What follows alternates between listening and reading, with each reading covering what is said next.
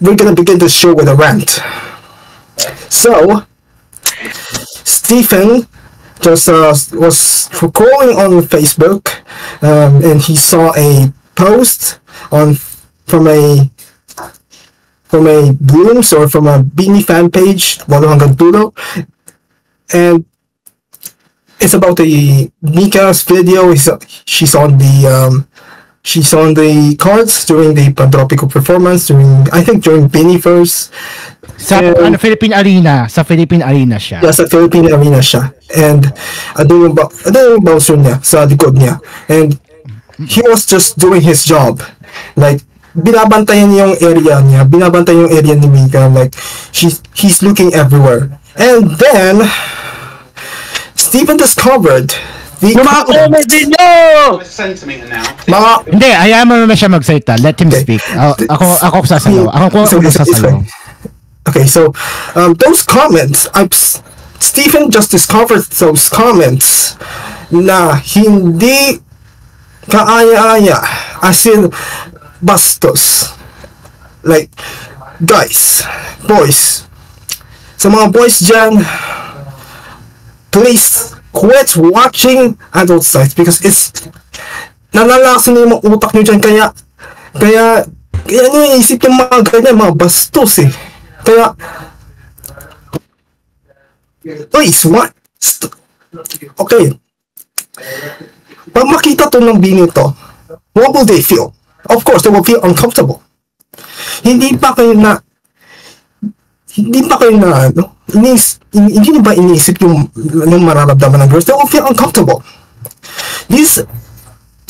You guys are, you people on Facebook, why are you putting such disgusting comments like these?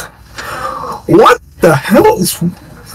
Why are you putting the comments like these? Like, it's disgusting. It's purely disgusting. It's purely. Wala kayong mga ano. Like, I can't explain.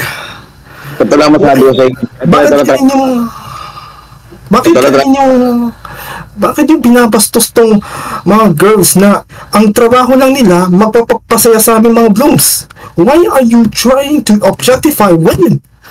That's the problem. That's the problem in society. Society is becoming hypersexualized because of this.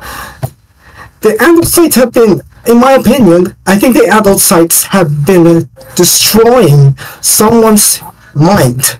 Kaya na-objectify yung mga women. Yung nakikita na sa mga babae, they see them as objects, not as humans. What the hell is wrong with you guys? So, Beanie are not just idols. They have their own lives. They are humans. They are doing their jobs. Even other K-pop groups, they're being sexualized as well. They're doing their jobs, and you just binabastos nyo sila. That is not okay. That is not okay. You go find God, man. I mean, have some morals.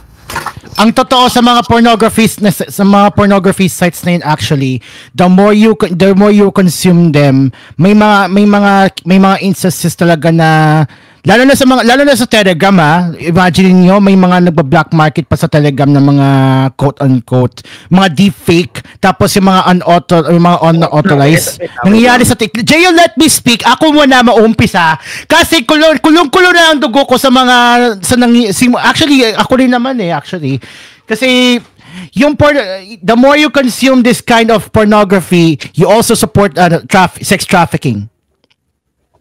Can't you agree with me? To begin and to end my statement with saying, and I will say this, I'm very sorry to Micom.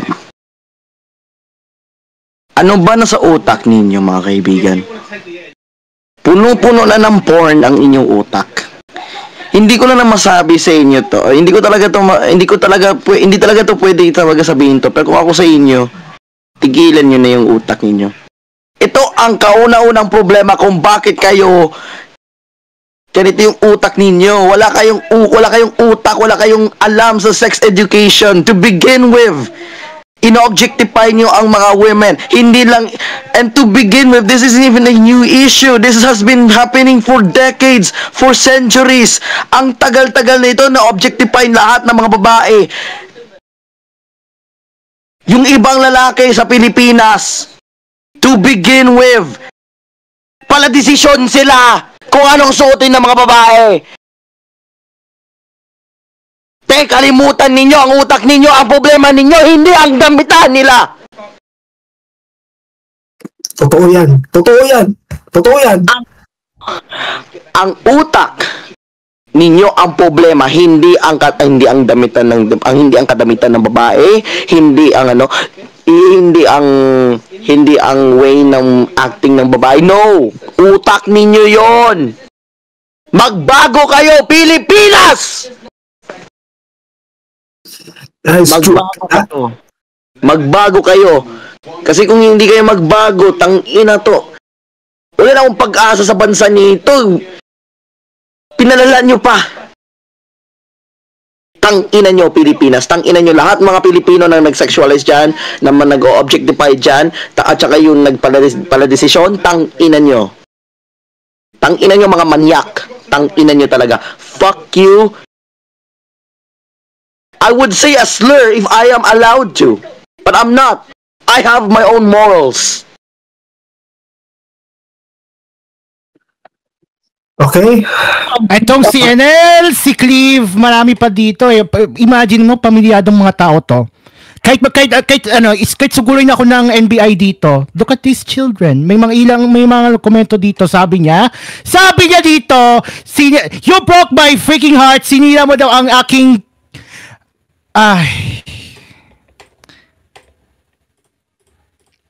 and look, I get it. Tapos meron pang isa, kahit simpleng joke na si Azzy Acosta kamukha daw si Mika. No. I will say it here. I am okay kung i-compare mo si Azzy at saka si Mika. Pero yung I mean yung in terms of that tone, oo. In the context sa ganito, ewan ko na lang, mas buti na lang i-shoot ko sarili ko. Mind-blowing. Alam mo yung ginawa huwag na lang sabihin yung pangalan, bahala na. Si Ran, si Kuya Ran, yun, si Kuya Ran ang pangalan. Hey guys, I guess that's it. Oh, Joe. Ko! And to begin with. Kung pamilyado man kayo nakikinig sa Cool FM, magbago na po kayo. Magbago kayo. And, guys, isang tawag lang sa NBI. Ito. Bigyan ko kayo ng advice. Yes. Sa mga pamilya dito, kung meron kayong internet, hanap kayo, please, to begin with, I suggest, lagyan nyo ng open DNS, tapos family plan. Kasi kung mag-family, family area. Merong 1.1.1.3 eh. Oh, yun. Any DNS, basta meron silang family, it will block all of your porn sites. Hindi almost all of the porn sites. Actually, hindi lang porn sites ang problema dito. Pati pa naman sa Telegram, may mga black market sila, guys. Wag yung tangkilikin. Pakiusap lang sa inyo. Pakiusap lang sa mga kaluluwa ninyo sa pangalan ng Panginoong dakilang Panginoong Jesus. Your minds are completely deprived with what are you consuming? Ito din mag-repent kayo, guys. And I've been there. Maraming thanks, and for those who are asking, by the way. Ang daming bold sa mundo. Okay? Huwag nyo na manoorin yung bold. Ang mga nakikita nyong sex scandal, huwag yung tangkilikin. Alam nyo, sa totoo lang, naiinis ako noon pa. Ito lang marami sa mga tao sa Facebook, ang kina-comment kapag may sex scandal na release, pasen idol, pasen naman idol, uy, pasen naman, pa-DM naman idol, uy, send mo yung full link niyan, akin na yung bold mo. Link this, link that, put mga punyeta kayong lahat. Labag sa patas yan, guys, labag yan sa patas. Anti-feminism yan, mga angkol. Anong ginagawa ninyo? Yes. Labag yan sa batas yan. Hindi ba kayo nag-iisip sa ginagawa nyo? Guys, huwag kayong... Pakiusap lang sa mga... Kung may sex scandal to, huwag nyo na naman sana ilik. Diyos ko naman. At kung... At sa mga tao dyan na may sex... na gumagawa ng mga video na ganyan. Hindi, ang problema, Gio... Ganito. Hindi. Ang karamihan dyan, nalilik yan. Alam nyo bakit? Minsan, blackmail. Pang-blackmail lang yan. Minsan, nilik ng isang kaibigan. Minsan, kung sino-sino man nakahawak sa cellphone ginamit pang ebidensya. Kung ako sa inyo, oh my God, wala na akong paus na ako, mga punyeta kayo. Tangina nyo lahat. Huwag nyong tangkilikin. Kahit isang beses lang yan. Huwag nyong tangkilikin kasi kung ako sa inyo, oh my fucking God, I will fucking kill myself, I swear to God. Sorry. Okay. Pero, guys, whether it be Mika, whether it be Aya, whether it be Maloy, whether kung sino man sa girls, whether it would be a P-pop idol, K-pop, J-pop, kahit sinong tao man yan, everyone Kahit sinong babae. Kahit sinong babae pa yan, yes. yan din babae, lalaki din ha. Lalaki din, yes. Kahit sinong tao talaga. O tao na talaga. Kahit alien pa man yan. Kahit alien pa man yan. Kahit animal yan yan. Kahit sino man yan. Kahit yung, kahit, ano yan, planet human pa yan. Huwag yung isexualize. Please lang. Ang utak, ang mga cravings ninyo, galing yan sa pakanood ng mga tangkinang content na yan. Kung ako sa inyo, to begin with, tama na. Please, change yourselves. Go repent your sins. Prevent yourself from going to the sites. In fact, I'd advise you to change your fucking internet settings and put the open DNS or 1.1 tama ba? 1.003 ba yun? Tama ba yun? Basta any family censorship na DNS provider, because trust me, it will help you. And I mean it because marami akong mga kaibigan na addict sa porn. Seryoso ako addict sa porn. Pati yung mga games nila, tangina, Summertime Saga, putang ina, gago. Have you tried to lecture them? Have you tried na sabihin sila? Ako nga yung pastor nila eh. Ako yung nag-change sa kanila. Ako na nagbago sa kanila. Well, it went to a success ba? Nag-success ba? Nagbago ba? Success siya. Hmm. Pero please, pawang-awa nyo naman sa iyong dignidad. Pawang-awa nyo naman sa tao. Give them respect. Naawa ako sa girls. They're now famous but at the cost of their freedom, at the cost of their, safety. Kasi, alam nyo, man daming manyak sa mundo. Ewan ko na lang kung ano pa mga manyak dito na ewan ko na lang kung ano bang mga intent ng tao. Kaya kung ako sa inyo, change yourselves. And also pala, wish.com, huwag ka na mag-recommend ng dildo sa akin ha. Yung nagpa-review ako dito, tang-ina nyo sino kayo ha.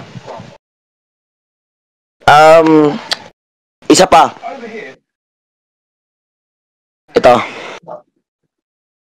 I heard na na-sexualize. Hindi lang din to first instance na sexualize ninyo ang Bini members. From what I know, there are deepfake groups sa Telegram. And I know, merong mga ganun. Pero, guys, kasuhan na yan. Star Magic, if you're watching this, Star Magic, ABS, kung sino man sa ABS, please, pawang-awa nyo na, kasuhan nyo na sila. Hanapan nyo ng paraan.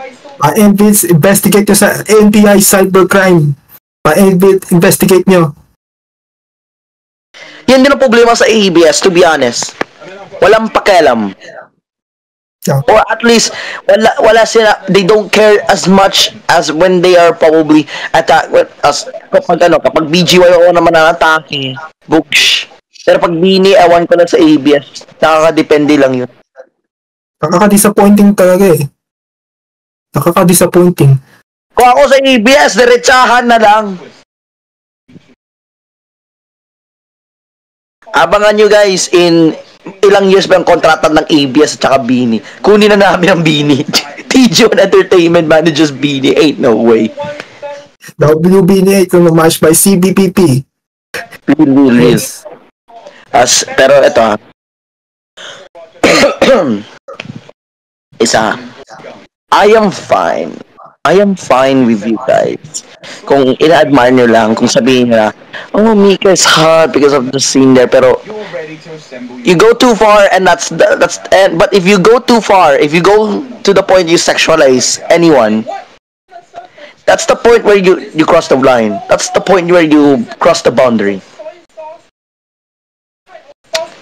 It's okay kung sabihin nyo, oh my God, Mika, God damn you, this scene, you did too well, ganun. Parang in-admire mo lang sila, pero once you go step beyond that point, you go to hell. Go to hell.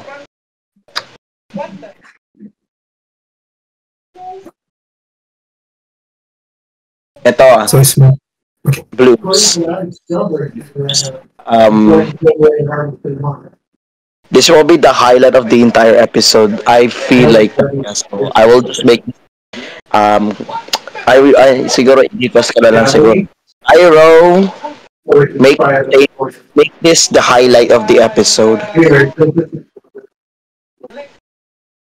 Make this the highlight of the episode. I believe. Got it. Thank you very much. Okay. Continuing. Alam nyo, ganito din ang problema sa Facebook. Ang dami mga taong manyakis. We actually investigated a case where there is this one, 14, 13-year-old girl. Binibenta yung katawan niya. Like, pinakita yung kanyang,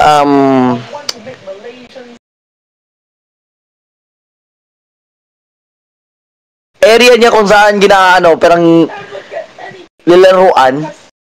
And you know what I mean by that? I'll just sugarcoat it. I'll just say it. We actually investigated that in Saksi sa television before. Grabe. Ang laki-laki. Ito din ang problema sa Pinas din. Desperado tayo sa pera. Like, to begin with, it's really saddening na aabot pa tayo sa prostitution. Not to mention she's a minor. Okay? Tapos binebenta niya yung sarili niya sa Facebook. Yung serbisyo niya. It's honestly sickening na ganun nangyayari sa Facebook din. And yet, Meta doesn't do anything to take them down. Could you believe that? Ganun pala yun. Nakakahiya, nakakasad. Pero yun lang. Main point talaga, magbago kayo. Don't sexualize anyone. Kahit sino man. Magbago utak ninyo. Linisin yung utak nyo. Sige, Blue. Thank you, Gio. Thank you, Stephen, for this stating all the concerns about the current, not only about the sexualization Bini, but the current situation of the society that has becoming hypersexualized. The sexualization is becoming becoming a bit more normalized because, like we said, those adult sites there are nilalason talaga yung utak natin eh. Even the science knows it. Even the science has stated it na itong panulo ng mga adult sites yun nagbibigay siya ng negative na chemical na parang sa utak, parang nilalason talaga yung utak, parang drugs na yun eh. Parang drugs na talaga yun.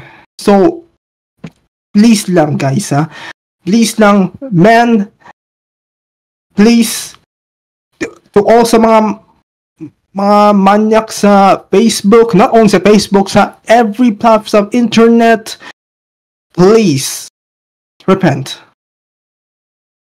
Okay? Mag-repent kayo. Please magbago kayo and stop seeing women as objects. They're humans too. Parang like us, they're humans too. Okay? And please, ginagawa nila ng bini ang trabaho nila na makapagbigay ng entertainment, maging happy feel sa aming mga blooms. So please respect them. Okay? Okay? Respect them. And hindi lang to issue sa bini, ha? Pati sa ibang K-pop idols din. Pati sa K-pop idols sa Blackpink, sa Twice, pati Twice hindi ligtas dito. So please stop seeing. Can you please stop objectifying them and sexualizing them? Stop seeing women as objects, or stop seeing everyone as sexual objects. It's not okay. Hindi okay yung utak mo. Hindi magiging maganda pag you keep watching those sites. It's not okay for you. It's not okay for your life. It's not only affecting you, it's also affecting your family, your relationship with your family, your relationship with your partner. Madaming even tinuturo na sa amin yan ng aming professor sa isang Christian subject nung last sem. Yung porn na yan, nakaka-affect yan sa relationship, sa pamilya, sa kapartner mo, sa asawa mo, ganun. Yun yung tinuturo sa amin ng prof namin. And madami nagsasabi na it's harmful. Madami nagsasabi ng ganyan. So please, hindi pa huli ang lahat. Magbago na kayo. Okay? Magbago na kayo.